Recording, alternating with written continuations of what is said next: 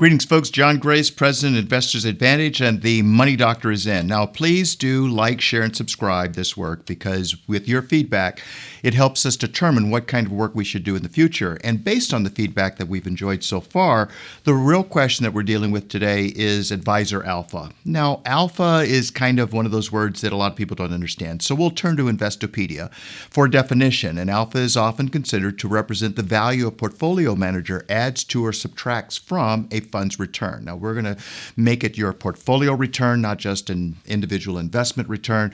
And right now, a lot of people are watching what's going on in Greece, and it means based on the rumors, the markets are going up. We like that. We certainly enjoy those gains.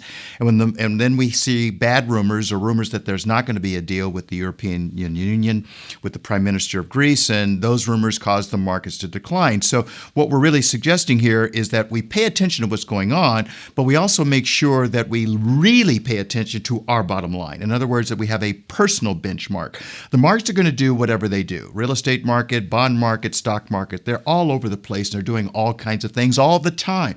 But at the end of the day, if you can see that you have enough money to either achieve financial independence or maintain your financial dignity, that's the bottom line to you, because then it doesn't matter what the markets do as long as your account's intact, right? I mean, if you're going on a foreign vacation and you've got enough money to pay the exchange and have a good time, that's a whole lot much better than getting there and putting $1,000 underneath the window and getting $500 back and going, oh my God, this is going to be terrible. We've just got 50 cents on the dollar. We haven't even left the airport yet. So we want to give you a couple of examples. And I've just back from Denver, where I was at a conference with about 80 financial advisors from around the country and had the pleasure of meeting Brian Scott, a certified financial advisor, chartered financial analyst, also at senior investment analyst at Vanguard Investment Strategy. And they really studied this whole equation about advisor alpha. Scott stated that for some clients' advisors, they may add more than 3 percentage points of increased returns on an annual basis over time. 3 percentage points. Now, that's not taking into account the ancillary benefits of working with advisors.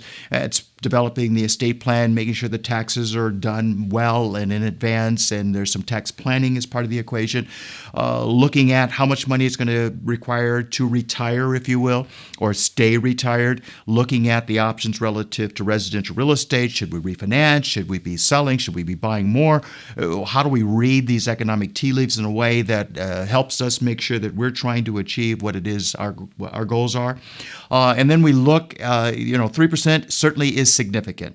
Then I want to draw on meeting with a physician who had primarily inexpensive, and we focus on that because people don't like paying fees, but as I say, sometimes it is the case that you have to pay more to get more.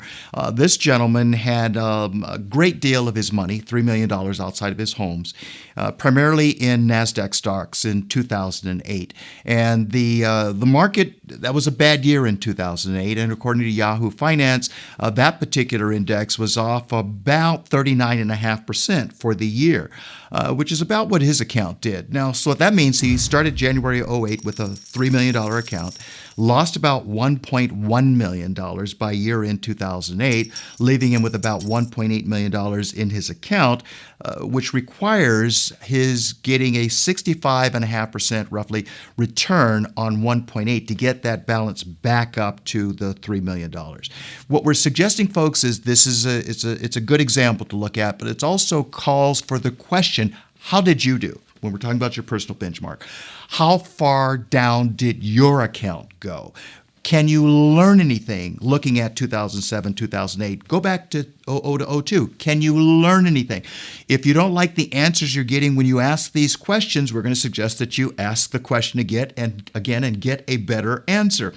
But if you don't know, are you in the land of complacency, hoping that things just work out without a clue how you might have held up better in a bad year before? Does that mean you're going to be a statistic again the next time things get ugly? Because you're no better prepared for the next time since you didn't learn anything from the last time. Now, of course, no one can see the future, but we're not trying to predict anything. What we are saying is it's all about the preparation. If you can look back at times where you suffered losses and you can see what you might have been able to do to reduce those losses, that might make you better prepared prepared the next time the grits hit the pan and we see, 30, 40, 50, 60%, Great Depression, 90% loss, again, according to Yahoo Finance, in about a 2.5, 3-year period. That's very dramatic, very vicious, very fast to all of the money that you've spent a lifetime saving. So when we look at this $3 million account, again, very inexpensive portfolio, and we see one that might have been more expensive, we can see that the loss would have been limited to 20%. Now, on a net basis, Vanguard says that the advisor's adding about 3 percentage points annually after fees and after taxes. That's a good thing. If we can limit the losses to 20%, so to do the math, we start January 08 with $3 million. We see a loss of 20%, that would be $600,000. So that puts the portfolio at $2.4 million by year end. In that scenario, what do we need to get back to even? Instead of over 65%, we only need 25% for $2.4 million to get back to $3 million. That's the kind of evidence that we're certainly looking for, where we can see declines have occurred, but it didn't mean that it had to take our money, your money, my money, down like the Titanic, never to see light at the end of the day. But if we don't learn from the past, we suggest that certainly we may be a prescription or a statistic as far as the future is concerned. And then let's talk about fees for a minute. According to personalfund.com, the average cost of owning a mutual fund is about 2.4% on an annual basis. Some accounts are much less.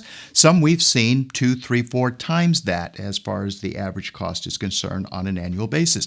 Now, that's before the broker receives a fee or a commission of any kind. That's just the internal fees. Personalfund.com goes on to say that 70% of owning a mutual fund happens to be the transaction costs. In other words, the fees you pay internally that you never see for the buying and the selling of the individual positions in the portfolio that you own. So when you look at the prospectus, please understand the prospectus reflects 0 transaction costs, 0, and yet 70% of the fees of owning the particular fund are transaction fees. You have to use another source. That's why we subscribe to personalfund.com to be able to see what the total costs are. What we're really saying is you need to see what your costs are.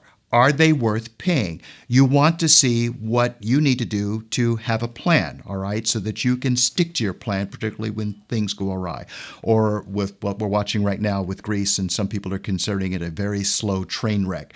Once things become unglued, it's really difficult to try and catch a falling axe. So none of us really want to do that.